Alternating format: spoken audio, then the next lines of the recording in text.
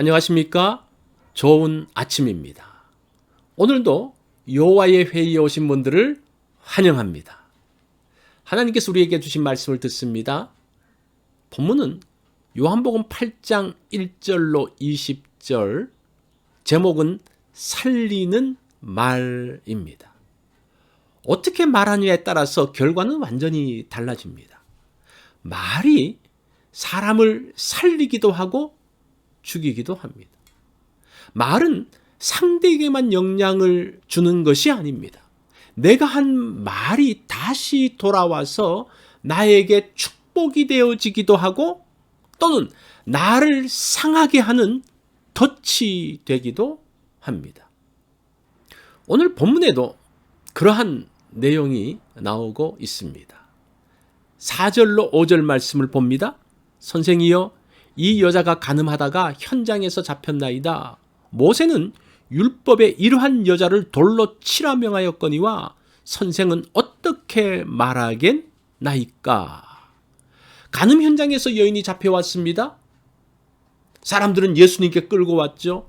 이런 여자는 율법에서 돌로 쳐 죽이라고 하는데 예수 선생은 어떻게 말씀하시겠습니까? 이것이 질문입니다. 서기관과 바리새인들은 답을 다 알면서 예수님께 묻습니다.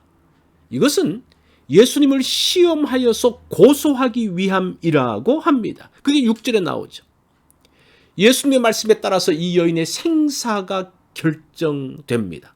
뿐만 아니라 예수님에게도 심각한 영향을 미치게 됩니다. 율법대로 죽이라고 하면 살인을 방조한 것이 되어서 로마법에 걸립니다. 죽이지 말라고 하면 하나님의 율법을 어긴 자가 됩니다. 말은 이처럼 양면성을 가지고 있습니다. 내가 한 말은 상대에게 가서 그것이 긍정이든 부정이든 영향을 주고 거기서 멈추지 않고 다시 그 말이 나에게로 돌아옵니다. 거기에 대해서 예수님은 어떻게 반응하십니까? 6절을 보십시오. 예수께서 몸을 굽히사 손가락으로 땅에 쓰시니 그들이 묻기를 마지 아니하는지라. 예수님께서 그들의 말을 듣고 몸을 굽히시어 손가락으로 무엇인가 땅에 쓰셨습니다. 흥분한 무리들은 예수님께 집중하면서 다시 묻고 있습니다. 귀를 기울인 무리들에게 예수님은 분명하게 말씀하십니다. 그게 7절의 말씀이죠. 너희 중에 죄 없는 자가 돌로 치라. 여인을 향해서 정죄하려고 하던 사람들이 그 말을 들으면서 자신을 돌아보기 시작합니다. 여인의 죄만 바라보던 사람들이 다시 자신의 죄를 돌아보기 시작했습니다. 여인을 죽이라며 흥분했던 사람들이 자신을 보면서 심각해지기 시작했습니다. 예수님의 말씀은 자신의 내면을 보게 했습니다. 자신을 보면서 양심이 살아나게 되어지고 그로 인한 가책이 시작되었습니다. 그리고 어른으로 시작하여 젊은이까지 모두 돌아갔습니다. 변화는 자신을 돌아보면서 시작됩니다. 남의 죄만 볼 때에는 자신이 의롭다고 생각합니다. 죄를 속에 깊숙이 숨겨놓고 자신은 의인이라고 말합니다. 변화는 내면을 바라보면서 시작됩니다. 예수님의 말씀은 빛이 되었습니다. 어둡고 깊은 곳에 빛을 비추었습니다. 자신의 숨겨놓았던 더러운 것들이 밝히 드러나자 사람들은 당황하면서 돌아갔습니다. 사람들이 돌아가고 난 다음에 예수님은 여인에게 말씀하시죠. 10절과 11절의 말씀입니다. 여자여, 너를 고발하던 그들이 어디 있느냐? 너를 정죄한 자가 없느냐? 대답하되 주여 없나이다.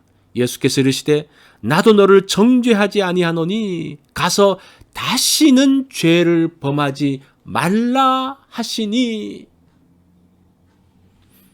예수님의 말씀이 죽음의 문턱에 갔던 여인을 건져냈습니다. 죄로 인해 사망의 자리에 갔던 여인을 구원했습니다. 정욕의 노예로 살던 여인에게 죄의 고리를 끊게 했습니다. 말은 이처럼 큰 능력이 있습니다. 사람들이 나에게 묻습니다. 당신은 이 일에 대해서 어떻게 말하겠습니까? 저 사람에 대해서 어떻게 말하겠습니까? 이런 사건에 대해서 어떻게 말하겠습니까? 아마 오늘 그런 질문을 할 것입니다. 나의 말이 살리는 말이 될 수도 있고 상하고 죽이는 말이 될 수도 있습니다. 그런데 내가 한 말은 거기서 끝나지 않고 다시 나에게로 돌아옵니다. 오늘 내 말의 축복을 누리는 하루가 되면 좋겠습니다.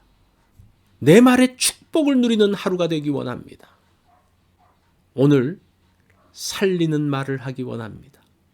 축복하고 세워주는 말을 하기 원합니다.